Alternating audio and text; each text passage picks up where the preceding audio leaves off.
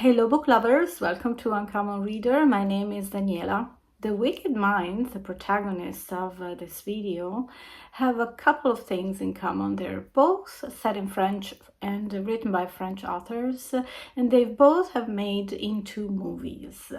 And that's about it, because the first book we are going to talk about today is a fictional story.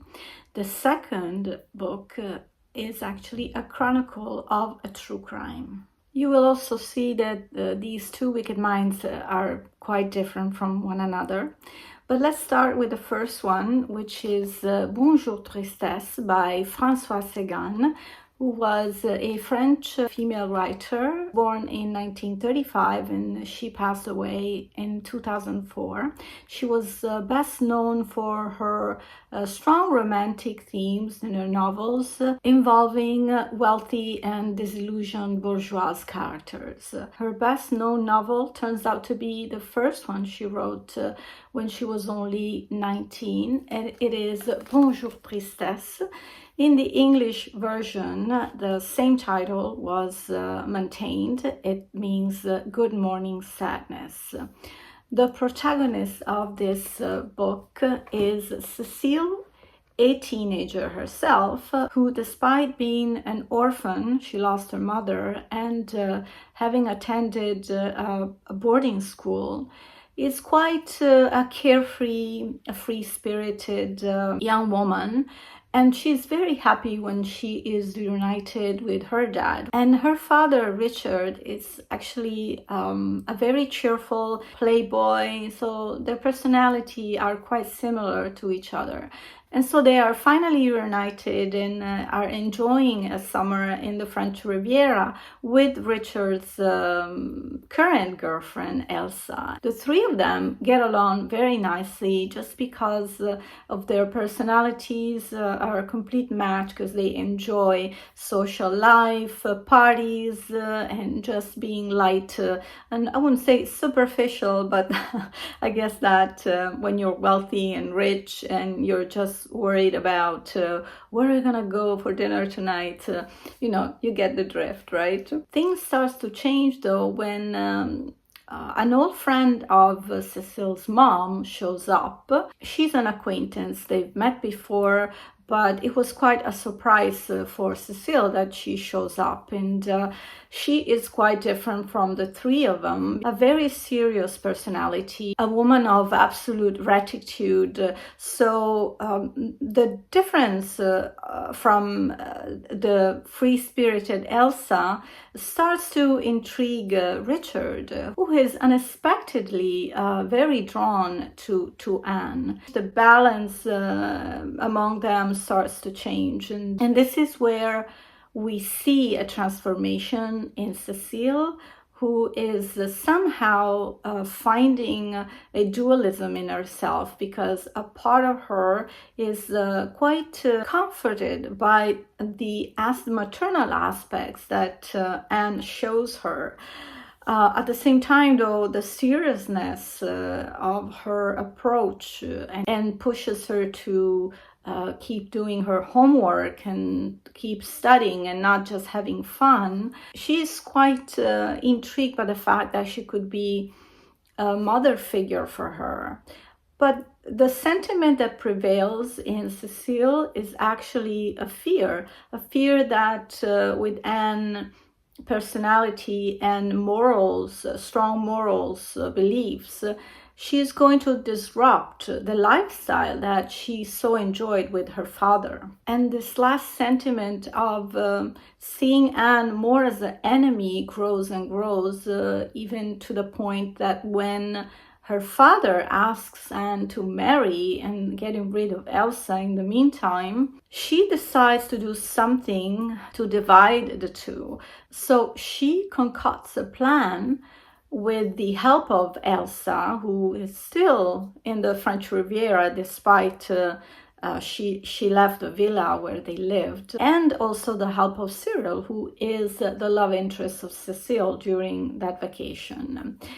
And I'm not going to spoil any other details of the story, but I will tell you that this diabolic plan that Cecile puts together will have a very dramatic ending. So for as little as I know about an adolescent living in a wealthy environment, I did feel that Cecile's character was very, very credible. I think also because Françoise Sagan wrote this book when she was only a teenager herself, makes me think that the way of thinking, the process that we observe, that Cecile does in trying to figure out her feelings for Anne, it is something that I feel a teenager can do, especially in this kind of an environment where you're wealthy and somehow it makes you feel like everything is owned to you, some sort of like a superficiality that comes with the territory. And also, I think just stopping at that instant gratification that she imagined would create with the departure of Anne and the reuniting of Elsa and her dad, and just trying to re-establishing that balance of lightness and carefree environment where she wanted to keep living in. And there were many passages I noted on the book. Unfortunately, I've read the Italian version. I really appreciated the author's development of the Cecile character. She's also the voice who narrates the story, so we can completely dive in her mind and her dualism that finally starts to create this imbalance between liking Anne and wanting to be a mother figure to her, and then seeing her as the enemy. I also think that the plan that she put into action to get rid of Anne was quite simple, so it is relatable to a teenage mind. I did enjoy this book, and let me tell you a little bit about the movie. The book was written in 1954 and the movie was released in 1958. A British-American film directed and produced by Otto Preminger, or Preminger, I'm not sure how to pronounce it. The film stars Deborah Kerr, I believe, as Anne, David Niven as Cecile's dad, Richard, and a very young Jean Seberg as Cecile. So a particular thing about this movie, it was a mix of black and white and color sequences in a technique unusual for the 50s, but widely used in silent movies and early sound movies. Something I didn't know, but I found on Wikipedia. So let's move on to the second wicked mind, but more than wicked, I would just define this person a very evil person. It's a book called The Adversary by my adored Emmanuel Carrère, who is one of my favorite contemporary writers. He's a French author. He's also a screenwriter and a film director. I've read a few books from him, and I've talked about him in various videos. If you are not new to my channel, you probably heard his name before. And he's a great storyteller as well, not just writing about fiction, but he's incredibly talented in current events or biographies. I've recently spoke about his biography on Limonov, a Russian author. And in this book called The Adversary, I have my Italian version here, but I'll add the English cover. He's sharing the dramatic events in the life of Jean-Claude Roman, who lived a life of lies for 18 years. And then when he couldn't hide anymore, he decided to kill his family, his wife and 2 kids, and his parents. The way Emmanuel Carrère tells this story is very impressive as any of his biographies, because he's very thorough in giving you all the perspectives, and he does it in a very unbiased way. But in this case, of course, you can't but, you know, find yourself aghast. Jean-Claude Roman was a loner. He was a good student, but he had some sort of problems in relating to people. And I guess he had that personality of sort of like the invisible person. So whenever he was in a group, he wasn't the center of that group, and like he would feel that if he was missing in the group, nobody would notice. Although he had a very affectionate relationship with his parents, it doesn't feel like he had a very complicated childhood. But I think during the time where he was studying at the university, he started to have some panic attacks. Roman attended 2 years at the university, and then at the beginning of the third, and he was about to take the admission test, he didn't show up for his exam and told everybody that he had gone through and succeeded.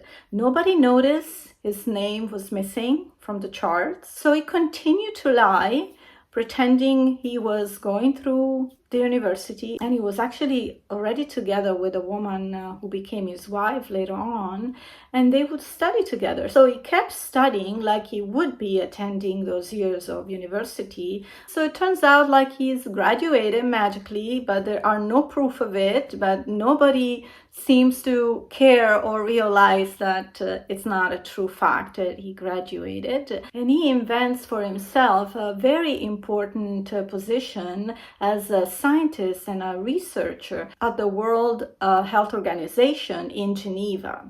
And because of his ties to Switzerland, he convinced friends, family, and also later on his lover to give him money so he could invest it in Switzerland. As you know, you don't pay taxes there.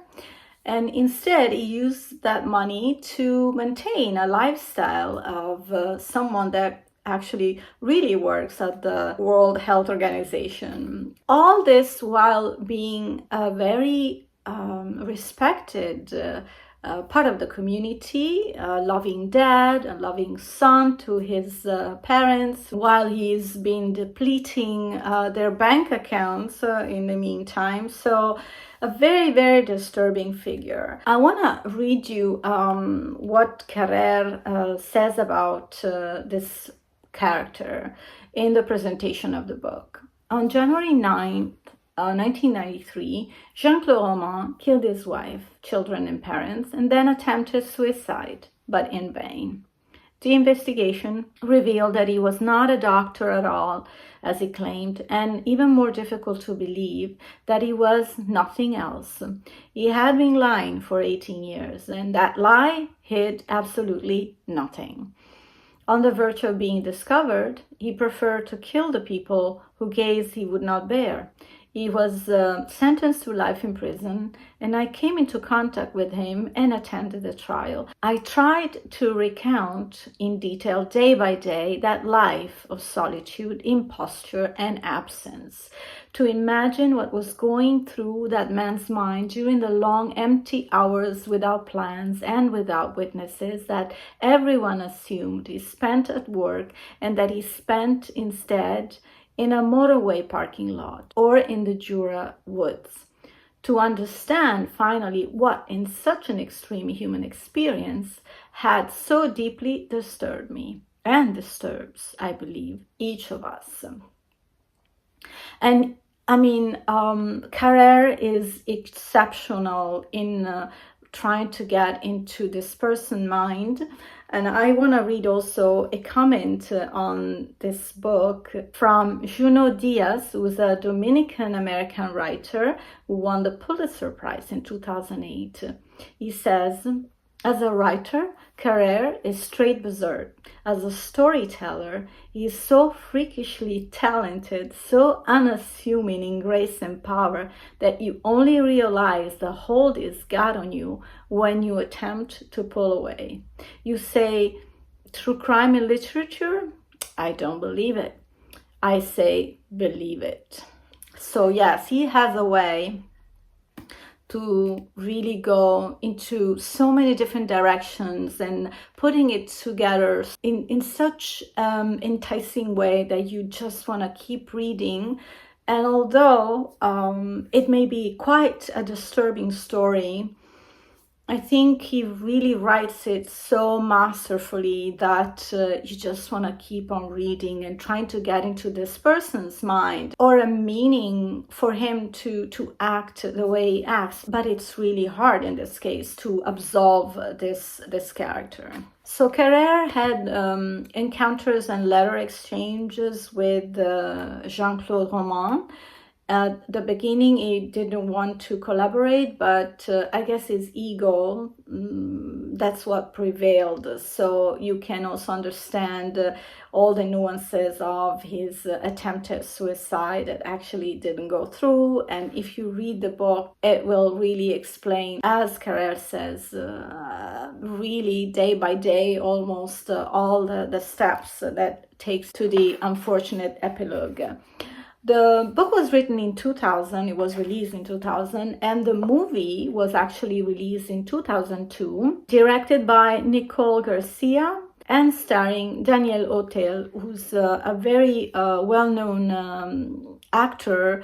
And by the way, I guess in the USA is most famous for the movie The Untouchable. And I need to suggest you watch another movie with him called Farewell, Mr. Hoffman, set during the Second World War in Paris. And his character is a Jewish talented jeweler who arranges for his family to flee the city occupied by the Nazis, and he offers his employee the opportunity to take over his store until the conflict subsides. But he never makes it to the countryside where he had arranged for his family to get there before he leaves. He is not able to take that train, so he comes back. He asks his employee to hide him in the basement. So he lives for a long time in the basement. It's a really great thriller. If you have a chance, watch it. And of course, watch The Adversary and Bonjour Tristesse. I would love to watch those movies as well. I haven't seen them. And Bonjour Tristesse and The Adversary were two of my October reads, and I hope you enjoyed me talking about it. Let me know what you thought in the comments. I look forward to see you back here on Uncommon Reader. Thank you for watching this video with me today. I would appreciate your likes if you enjoyed it, and subscribe so you won't miss more content coming up next week. Thanks again for watching. Take care. Happy reading. Ciao.